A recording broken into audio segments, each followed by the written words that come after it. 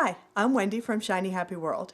I get a lot of questions from people about how to stitch on their tea towels without having any knots showing out on the back. So in other words, how do you start your embroidery without having a knot there on the back? If it's something that's going to be hidden, it's going to be framed, it doesn't really matter, but a lot of people want their tea towels to look nice on the back. So that's what I'm going to show you today. This is a piece that I'm in the middle of, and let me show you the back of it so far.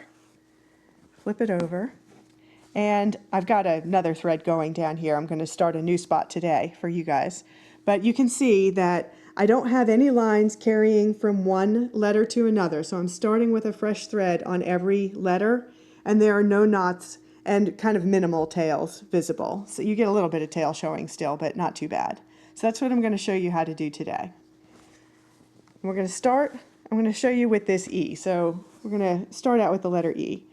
I'm going to come up in this top corner, just like if I had a knot in the tail of my thread. I'm going to come up from the back. I'm not pulling it all the way through. I don't have a tail to stop it. And I'm going to come down right next to it, taking a normal stitch, just like I would if I had a knot.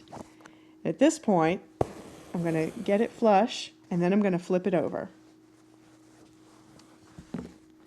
So now you can see I've got a tail here, and I'm pulling that to be pretty short. So I've got a little tail there, about an inch long tail showing. Now, being very careful not to pull that all the way through because there's no knot to hold it, I'm going to flip back over, and I'm going to take another stitch. I'm back stitching here, so I'm going to jump ahead a stitch length, and I'm going to pull through, not pull it all the way through because it's going to pull loose, flip it over again, and you can see I'm getting the tail out of the way. I've got a little loop forming here. What I do is reach around with my needle and pull that tail so that it's coming through the loop. Hold it down with a finger just lightly, and then pull that tight.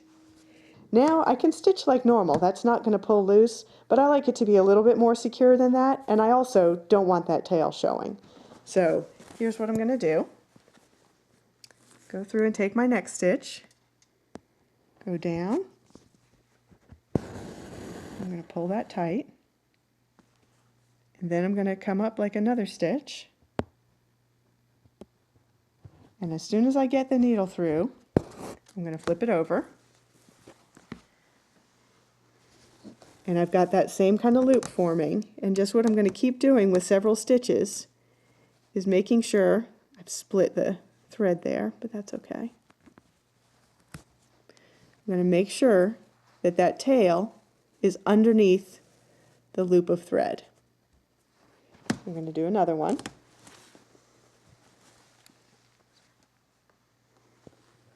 Take this stitch from the front. I don't do anything special when I'm going from the front. It's when I come from the back that I need to worry about the loop. So I'm going to come up again with another stitch, flip it over, pull my loop until I've got just a short loop. I'm going to just push that thread to the side.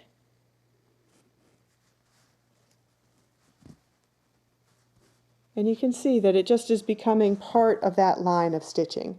And I just keep doing the same thing, flipping it over and making sure that that tail of the thread goes underneath the loop of my stitch until I'm done. So that's it. You can stitch on a tea towel or any other embroidery without having any knots on the thread on the back of your work. It just takes a little bit more work to do it. Essentially what you're doing is burying that tail of thread underneath other stitches, just like what you would when you're finishing your work. It just takes a little bit more work to do it on the front end. I'm Wendy from Shiny Happy World. I'll see you next time.